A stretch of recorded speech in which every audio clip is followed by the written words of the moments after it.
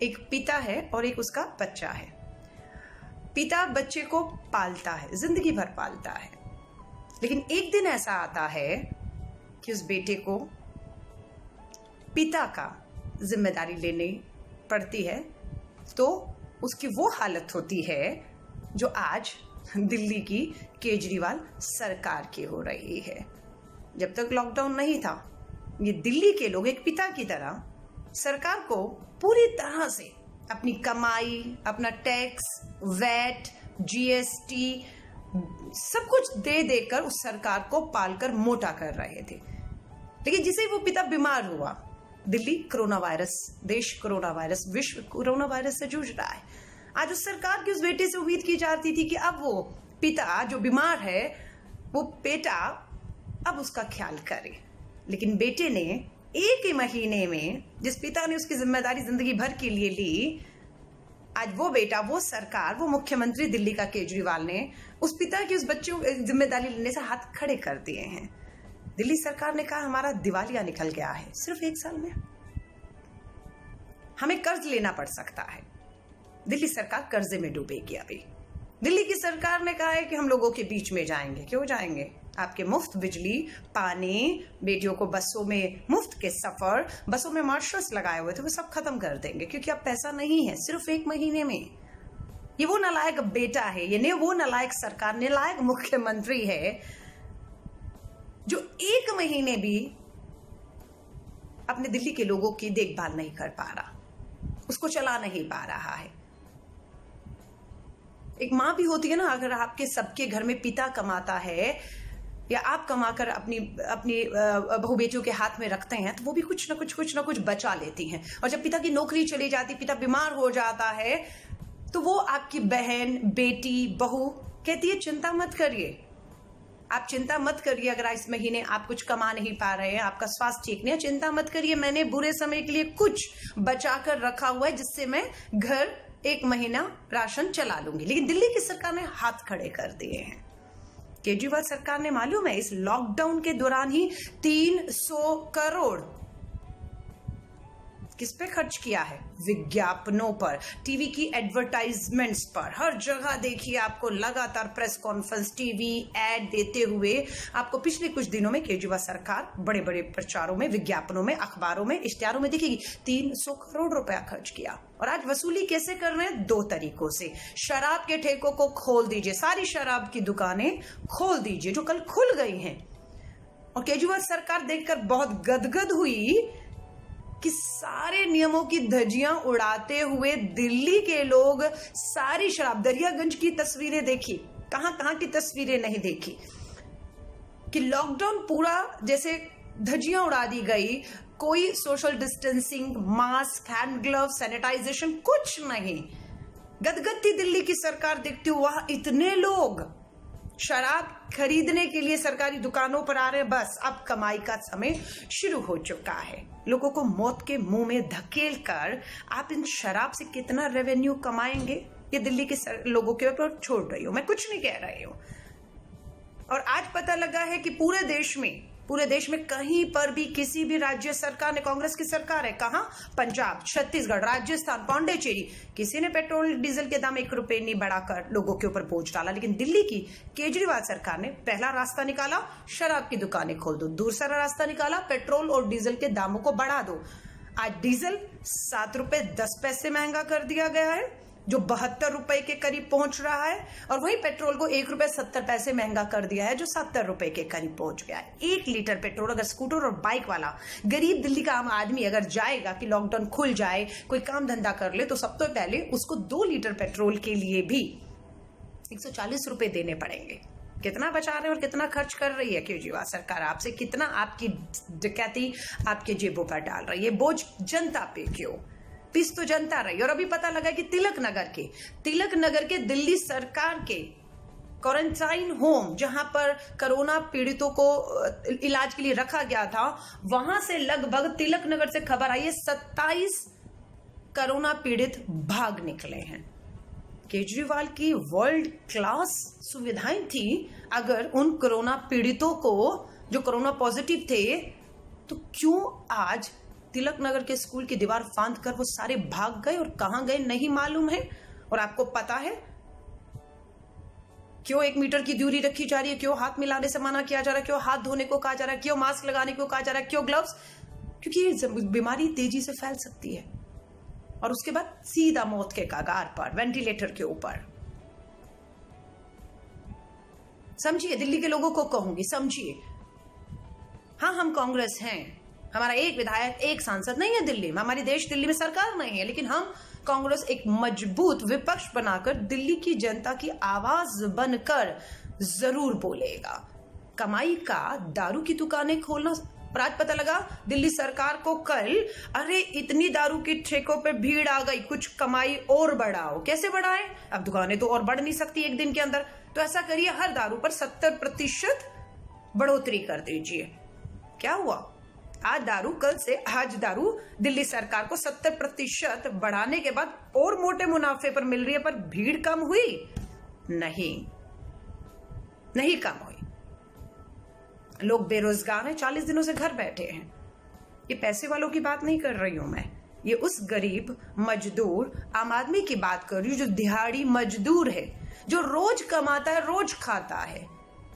वो 40 दिन से लगभग जो है आपके नियम कानून के तहत घर में अपने आप को बंद रखा कि आप इस महामारी से लड़ेंगे और दिल्ली को बाहर निकाल के ले आएंगे। लेकिन आज अरविंद केजरीवाल जी ने कह दिया है, हाथ खड़े कर दिए हैं कि अब आपको इस कोरोना वायरस के साथ जीने की आदत डालनी पड़ेगी।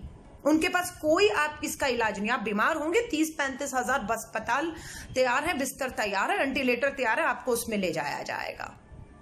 कोशिश की जाएगी, उनके शब्द है, कोशिश की जाएगी मौतें कम हो, मौत ना हो, लेकिन आपको तड़पने से, कोरोना वायरस से, वेंटिलेटर तक जाने से केजरीवाल सरकार ने हाथ खड़े कर दिए।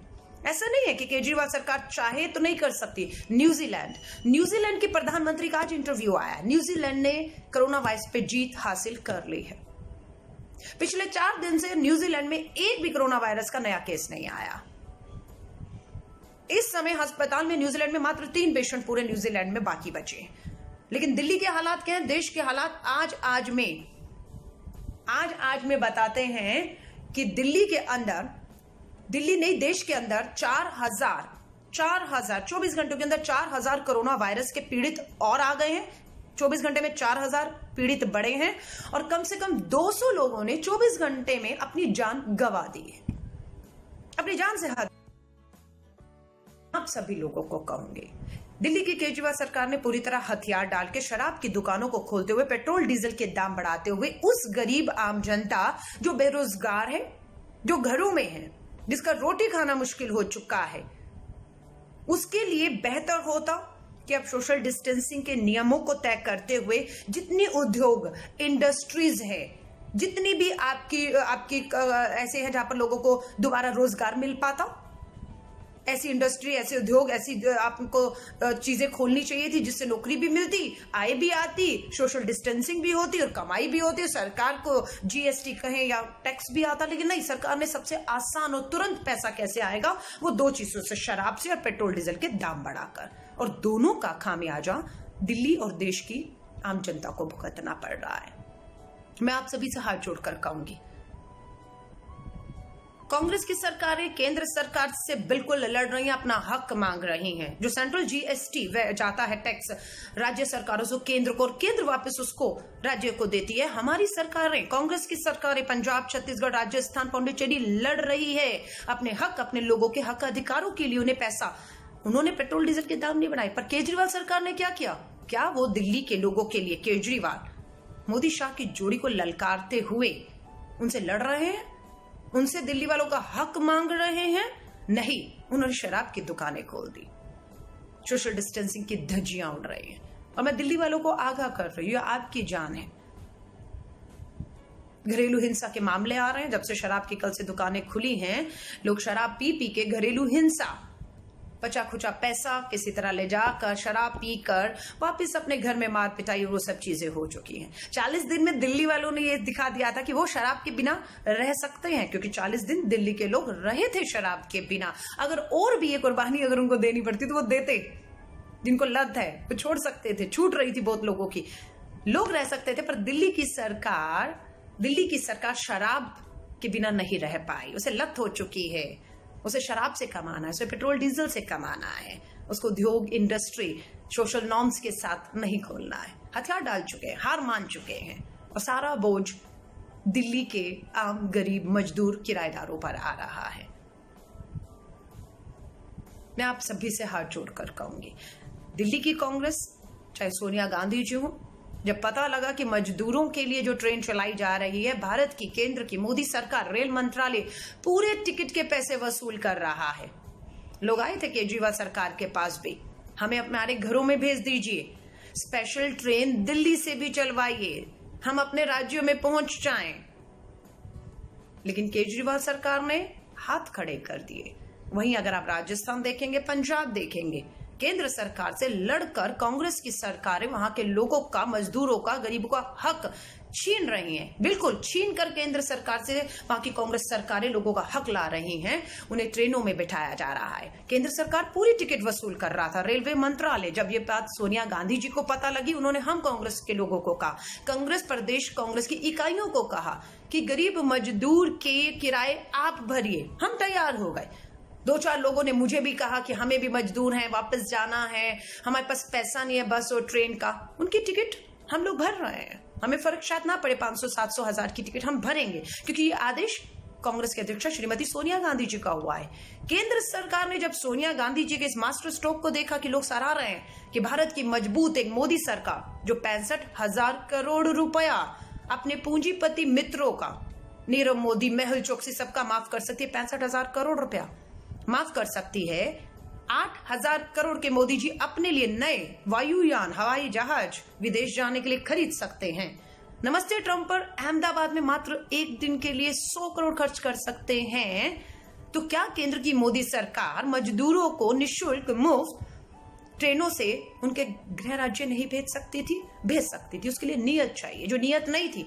जब श्रीमती सोनिया गांधी जी ने ये जिम्मेदारी कांग्रेस के हमारे जैसे कार्यकर्ताओं पर, प्रदेश के ऊपर डाली, तो केंद्र की मोदी सरकार को थोड़ी शर्म आई और उसके बाद 24 घंटे के बाद नोटिस जारी किया कि 50 से 85% हम देंगे और बाकी 15% राज्य सरकार देगी। शर्म आई क्योंकि कांग्रेस विपक्ष अपना काम कर रहा है, जनता के लिए आवाज बनकर बोल रहे हैं, इसलिए केंद्र की सरकार हो या दिल्ली सरकार को उन जनता के सामने झुकना पड़ रहा है। मैं आपसे कहूंगी, कल भी मैंने इस बात का विरोध किया था कि हम शराब की दुकानों का इस तरीके से खोले जाने का पुरजोर विरोध करते हैं। हम पेट्रोल और डीजल के बढ़े हुए दामों का पुरजोर विरोध करते हैं कि मार गरीब आम आदमी मजदूर पे ही क्यों? आप अपने खर्चे कम क्यों नहीं करते हैं? आप अपने खर्चे कम करिए, लेकिन अपनी लाखों की तनख्वाहें, अपनी सुख सुविधाएं, अपने बंगले, अपनी गाड़ियां, अपना विज्ञापन, अपने प्रचार, उस पर कोई कमी नहीं आएगी, उस पर करोड़ों रुपया खर्च किया जाएगा। लेकिन दिल्ली के लोगों से उसकी वसूली जो है इस तरीके से की जा रही है, जिसका कांग्रेस और हम सब पुरजोर विरोध करते हैं। अगर दिल्ली के लोगों को लगता है कि कांग्रेस दिल्ली में एक विपक्ष के तौर पर ये जो मांग उठा रही है कि शराब और दारू की दुकानों को आपने जो कमाई का जरिया दिल्ली की केजरीवाल सरकार ने बनाया है वो गलत है, तो हमारी आवाज को आप ताकत दीजिए। मैं दिल्ली के लोगों को कहूंगी, अगर दिल्ली के लोगों को लगता है कि हाँ ये बहुत गलत समय पर, जब लोग बेरोजगार हैं, घरों में बैठे हैं, काम धंधे नहीं है, उस समय पर पेट्रोल और डीजल की मार लोगों पर डाली जा रही है, हाँ ये लगता है कि कांग्रेस की एक मांग सही मांग है, तो इस मांग को आपको दिल्ली वालों को ताकत देनी होगी। आपको बिल्कुल केजरीवाल सरकार के ऊपर दबाव बनाना होगा। गर्मियां आ रही हैं, लिख कर रख लीजिए, लाइव कर रही हूं आपसे बात। ये जो चुनाव से जस्ट कुछ दिन पहले 200 यूनिट बिजली फ्री, पानी फ्री, बसों की हमारी बेटियों को टिकट फ्री, हर बस में मार्शल्स, लिख कर रखिए। अभी मई शुरू हुआ है, जून शुरू हुआ है, आपके घरों में अगर भारी बिजली के बिल 200 यूनिट पहुंचोगे तो फ्री मिलेगा ना, पर ये 200 से ऊपर जाते ही आपको पूरे बिल देने हैं। 400 यूनिट तक 50 देंगे, लेकिन जब बिजली और गर्मी और आपकी खपत ज्यादा होगी तो आपको पूरे दाम देने, और वो पूरे दाम आपके बिजली के बिलों को हजारों में पहुंचाने वाले हैं।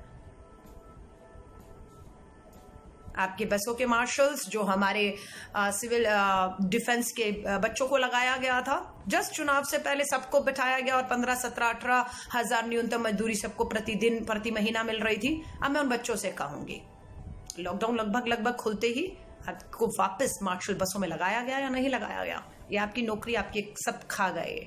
ये सब चीजों को आप ध्यान रखिएगा। लेकिन कांग्रेस आपके साथ खड़ी रहेगी। अगर इन मुफ्त बिजली के जो 200 यूनिट 400 यूनिट आधा का वायदे को खत्म किया जाता है, ये हवाला देकर कि सरकार अब कंगाल हो रही है, सरकार कर्ज लेने जा रही है, सरकार चलाना मुश्किल हो रहा है, तो ये दिल्ली के लोगों के साथ कांग्रेस और मैं अलका लांबा पूरी तरह से खड़ी मिलूंगी। चुनाव आते जाते रहते हैं, जीत हार लगी रहती है, लेकिन लोकतंत्र की इस लड़ाई को, गरीब मजदूर आम आदमी युवाओं की लड़ाई को कांग्रेस लड़ती आई है, इसीलिए आज मजबूती से खड़े हैं। भाषा की किसी के अगर बदलाव आया है तो देखिएगा, अलका लांबा जिस तरह से 25 सालों से संघ भाजपा की सोच विचारधारा और इनके खिलाफ, जो पूंजीपतियों की सरकार है, अमीर पैसे वालों की सरकार है, जैसे 25 साल पहले बोल रही थी, आज भी उसी तरह बुलंद आवाज से संघ की सोच मानसिकता और केंद्र की पूंजीपतियों की सरकार के खिलाफ बोल रही है। लेकिन दिल्ली के मुख्यमंत्री अरविंद केजरीवाल, एक बार उनका लास्ट इंटरव्यू इंडिया टुडे के में देख लीजिएगा, कितनी मिठास आ चुकी है उनमें। अब दिल्ली वालों के हक और अधिकारों के लिए लड़ना, वो लड़ने वाली आवाज अब कहीं खामोश हो चुकी है, वो डर गई है, वो हक नहीं मांग रही, वो लड़ नहीं रही है आपके लिए। वो आपके लिए दारू की दुकान खोल दिया उन्होंने, 70% दारू महंगी करके आज खोली, क्योंकि पता लगा कि कल इतने लोग आ गए तो कमाई का अच्छा एक मौका है, कमाओ। 70% दारू पे लगा दिया, बढ़ा दिया, पेट्रोल डीजल बढ़ा दिया, और कल पता नहीं क्या और बढ़ेगा। आपके बिजली के दाम बढ़ जाएंगे, फिक्स चार्ज बढ़ जाएंगे, आपका मुफ्त पानी, आपकी बिजली खत्म कर दी जाएगी। ये आपको मंजूर हो सकता है, माफी चाहूंगी, क्योंकि दिल्ली के लोग कहें, देश के लोग कहें, गरीब मजदूर किसान को आदत हो चुकी है शोषण अत्याचार झेलने की, आदत हो चुकी है हमें। लेकिन कांग्रेस लड़ेगी आपके लिए, कांग्रेस आपकी आवाज बनकर उठेगी। कांग्रेस, युवा कांग्रेस की मैं तारीफ करती हूँ। युवा कांग्रेस के कार्यकर्ता पहले दिन से, जिस दिन लॉकडाउन हुआ था, बिना प्लानिंग के लॉकडाउन थोप दिया गया था दिल्ली और देश के ऊपर, युवा कांग्रेस का एक एक कार्यकर्ता आपको दिखेगा किस तरीके से खाने के स्टॉल लगाकर आज तक लाखों लोगों को खाना खिलाने का काम, पुण्य का काम कांग्रेस और कांग्रेस का कार्यकर्ता कर रहा है। खून देने की जरूरत पड़ी तो सबसे आगे आकर पूरे देश के युवा कांग्रेस के लोगों ने, कांग्रेस के कार्यकर्ताओं ने खून देने का काम किया। आज अगर सोनिया गांधी जी ने कहा कि आपको आगे बढ़कर गरीब मजदूर को घर पहुंचाने तक के लिए बस और ट्रेन की टिकट के भी पैसे देने हैं, आज गर्व करते हैं हम कांग्रेसी होने के नाते कि हमने उसे भी स्वीकार किया, और हमारे युवा कांग्रेस के लोग ऐसे गरीब मजदूरों को उनके घर तक पहुंचाने के लिए उनकी बसों के किराए तक दे रहे हैं। लेकिन जिन सरकारों को आप टैक्स देते हैं, वोट देते हैं, सत्ता सौंपते हैं, वो अपने सुख और आराम, अपने खर्चों में 1 रुपए की कमी नहीं करता, और सारा बोझ वापस उसे जनता पे, क्योंकि 5 साल के लिए वो आ चुके हैं। अब आप उनका कुछ नहीं बिगाड़ सकते हैं, कुछ नहीं बिगाड़ सकते। चीखिए, चिल्लाइए, छटपटाइए, जितना मर्जी तमाशा करिए, इनके पास सत्ता है, दोनों के पास, दिल्ली और देश, पूर्ण बहुमत की सत्ता, तानाशाह सत्ता।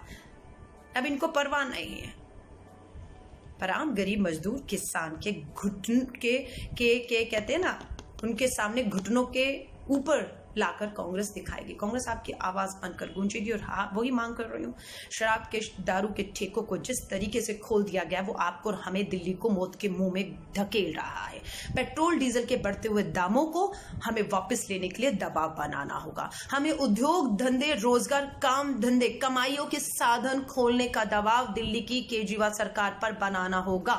हमें बताना होगा उन्हें कि कितने टेस्टिंग हो रही है। आज तक किसी के पास आंकड़ा नहीं है कि रोज आना दिल्ली में कितने लोगों की आप टेस्टिंग कर रहे हैं।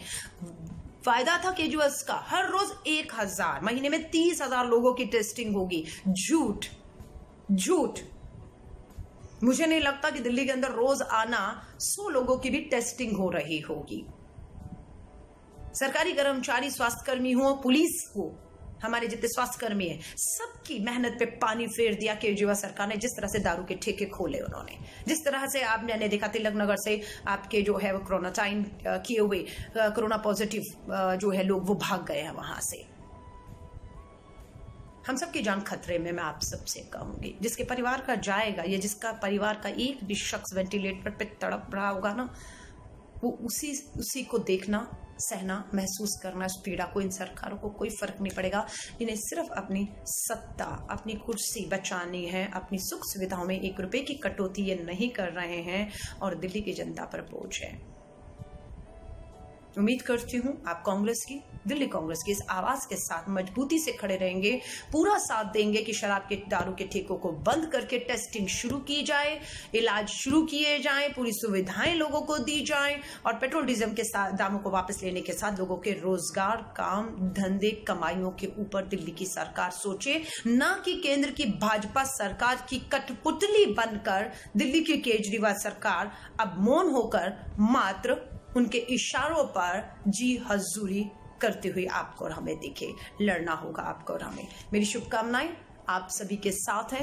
कोशिश करूंगी आप सभी के साथ जुड़ी रहूं। आज लॉकडाउन का 3rd लॉकडाउन शुरू हुआ है। मैं आपसे कहूंगी घरों में रहिए, क्योंकि बाहर बर्बादी का दौर शुरू हो चुका है। ये बर्बादी है बाहर जो आप देख रहे हैं, ये आपको मौत के मुंह में धकेलेगी। अगर बहुत मजबूरी ना हो तो मत निकलिए अपने घरों से और अपने परिवार का पूरी तरह से ख्याल रखिएगा। मेरी शुभकामनाएं आप सभी के साथ हैं। दिल्ली वालों की, आपकी आवाज को, इंसाफ की आवाज को, आपके हक और अधिकारों की आवाज को हम यूं ही उठाते रहेंगे। मेरी शुभकामनाएं आप सभी